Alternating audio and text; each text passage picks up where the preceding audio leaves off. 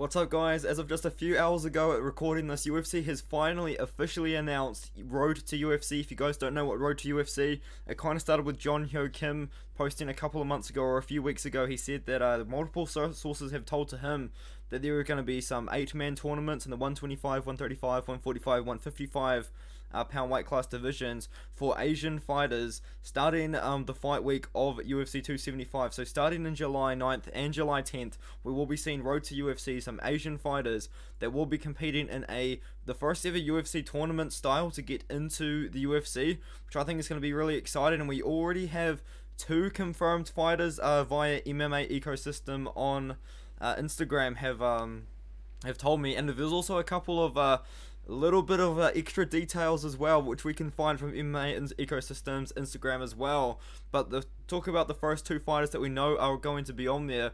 We've got Lun Ki, or Ki Lun, who recently fought on Dana White's Contender Series, and he lost to Erison Verheya. It will be very interesting to see how he ends up going, because he did lose a decision to Erison Verheya, who I think is actually going to be fighting on Dana White's Contender Series again in 2022. And Bin Z, or Z-Bin, who lost a split decision to a pretty good prospect in Olivier Morad. But the most important thing to note about Bin Z is all of his fights, except for that Dana White's Contender Series fight, have been taking place in one championship. So this guy really has been fighting pretty decent levels of competition on the regional scene. It's also worth noting that if we go to MMA Ecosystem, and I just look through a few of his stories, and we go to about here, Quy Lin, the first fighter to be announced to Road to UFC, and then officially announced the Road to UFC, and they have condensed it to 2 days, the 9th and the 10th of July for the first round. And then moving on to the most important story in my opinion, we know that it's going to be on UFC Fight Pass internationally in 4K. Athletes from China, India, Japan, Pakistan, Korea, Philippines, Thailand, and Indonesia are all expected to compete.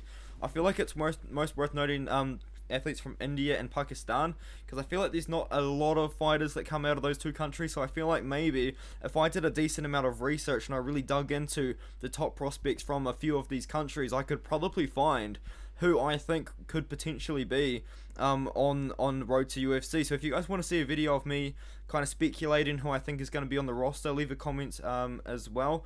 And also there's going to be 1 non-tournament bout on each card. And I did ask MMA Ecosystem what this meant. Was it like a UFC fight between 2 UFC fighters and they were just going to be the main event or something? Or is it going to be like Dana White's Contender Series, where these guys that aren't actually in the tournament, but if they win, they will get into the UFC?